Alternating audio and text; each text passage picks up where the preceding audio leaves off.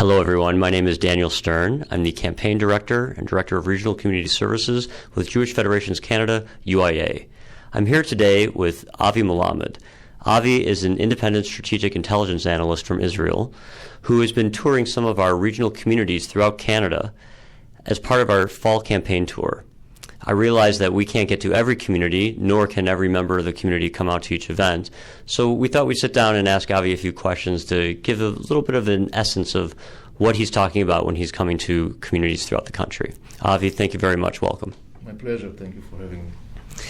So it's been quite a couple of years within the Middle East in terms of how events have really begun to change the region in a way that they necessarily haven't at the same pace and speed and direction in the past. Many people call that the Arab Spring. You refer to it specifically as the Arab Awakening. What would you say is the essence of this movement or happening in the region? I think it's important to understand that it's not about Israel. It's not about the Israeli-Palestinian issue.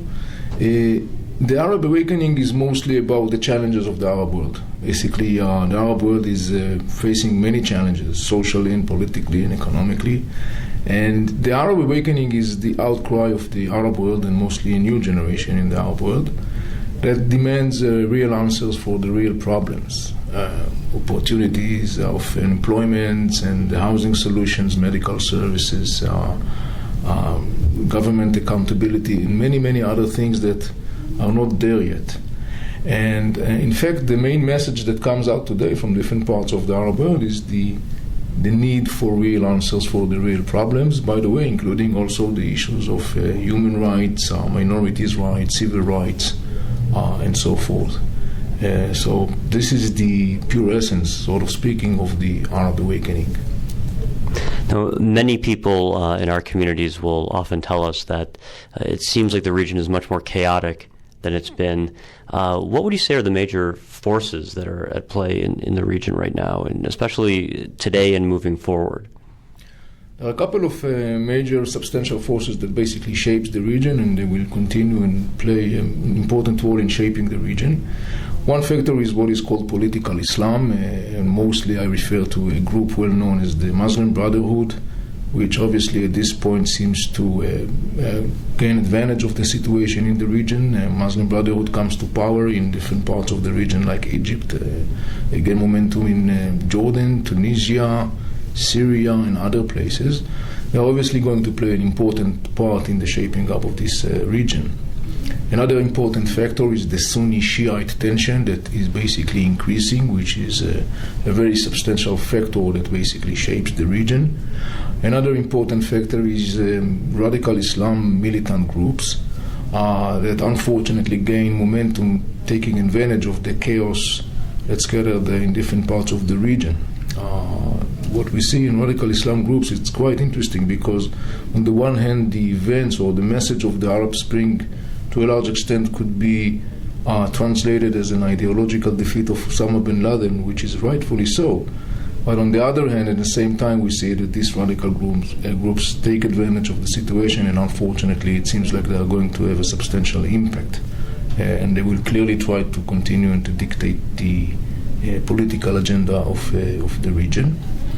There is another important factor that, in my mind, is already playing and will play a much more substantial role in the shaping of the region, and that is the social media revolution.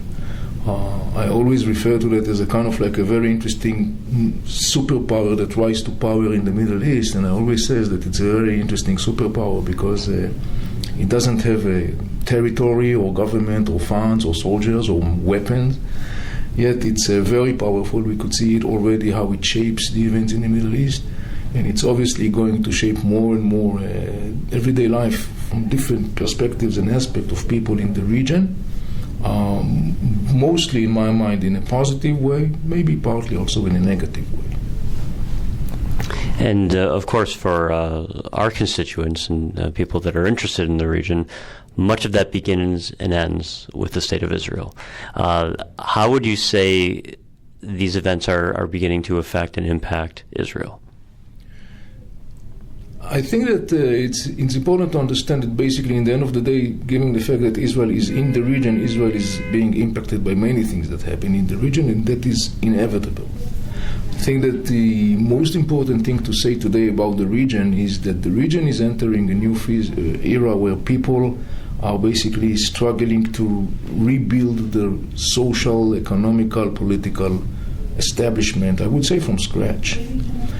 In fact, I would say that one of the major characteristics that will conduct to a large extent the future of the region is the need of the Arab people to rebuild consensus. It is important to understand it because it has a very direct impact upon the state of Israel. Building consensus is an agonizing process. It's a long and complicated process, and it's generating a constant aftershock waves and turbulence. And the state of Israel, like any other state in the region, will sustain this incoming turbulence and aftershock waves. So we have to look at the events currently and in the foreseeable future in a way that I define as, on the one hand, strictly, I would even say, painfully realistic, meaning that we have to be aware of the very reasonable possibility that we will have to deal with many serious turbulence and aftershock waves as an outcome of the events that happens in the region. And some of them may be quite tough, unfortunately. Yet at the same time, I also say that in addition, we could also, this is at least my personal belief, we could also have some kind of like a cautious optimism. I always say that, at least personally for myself, I could see, hopefully, sometimes in the distance. It's not going to happen tomorrow and not the day after tomorrow. But I do think that the events in the Arab world today offers or contains some kind of a positive potential that hopefully could be realized, not tomorrow, not the day after tomorrow, it will take a long time, but it may be realized and may offer the state of Israel some kind of like I wouldn't even say friendly, but I would say some kind of like of an environment that would be much more willing to accept the existence of the state of Israel in the region of the Middle East.